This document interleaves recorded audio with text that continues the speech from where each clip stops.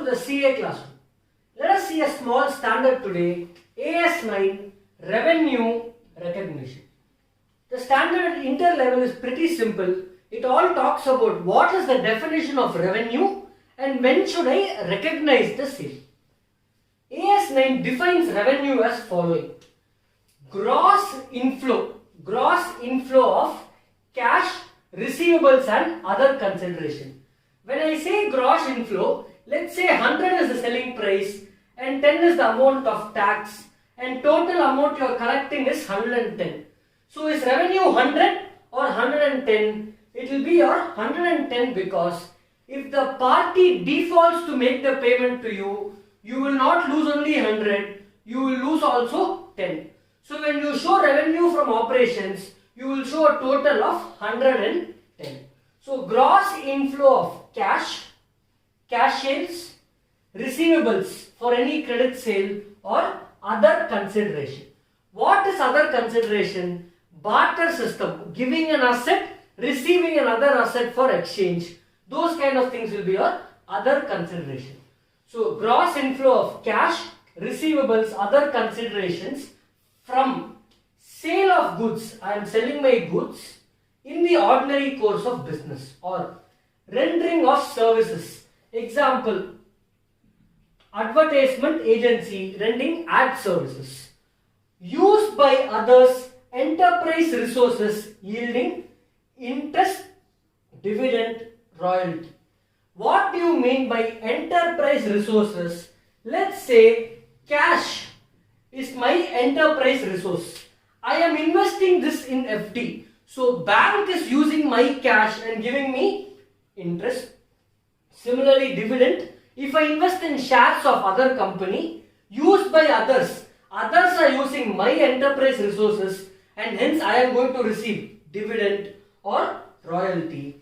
So the entire definition together when you read it, it is gross inflow of cash, receivables or other consideration from sale of goods, rendering of services or used by others of enterprise resources yielding interest, dividend, royalty in the ordinary course of business.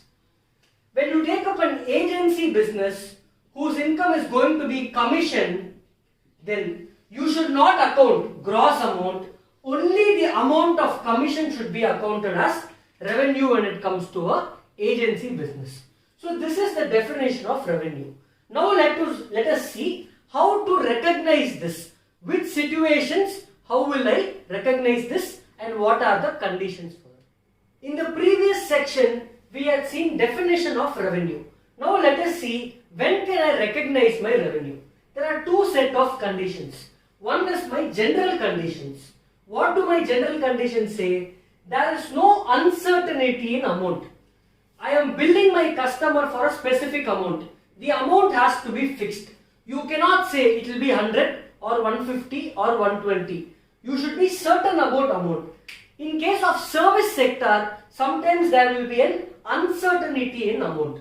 So first, there should be no uncertainty in amount. Second, no uncertainty in ultimate collection. Let us take a small example to understand this. I have debtors who is supposed to make payment to me within 30 days. But he has not paid even after 6 months. So I will charge interest on debtors. Is there a guarantee that my debtor will pay this interest on debtors? No. Therefore, there is no uncertainty in ultimate collection. Even though interest on debtors is receivable for me and it's my revenue, there is no uncertainty in ultimate collection, hence don't recognize. So, if any of the condition is not met, then you will not recognize your revenue. These are my general conditions. Let me move to special conditions.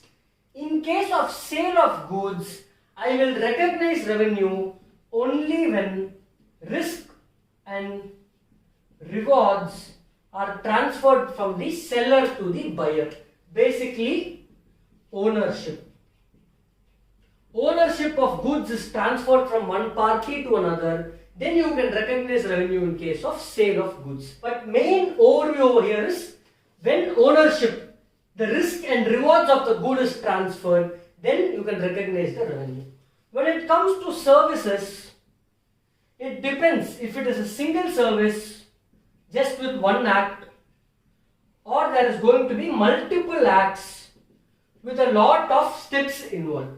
If it's going to be single service with just one act, let's say you go to a salon for a haircut, just one act, single service, recognize revenue on completed, one service is completed.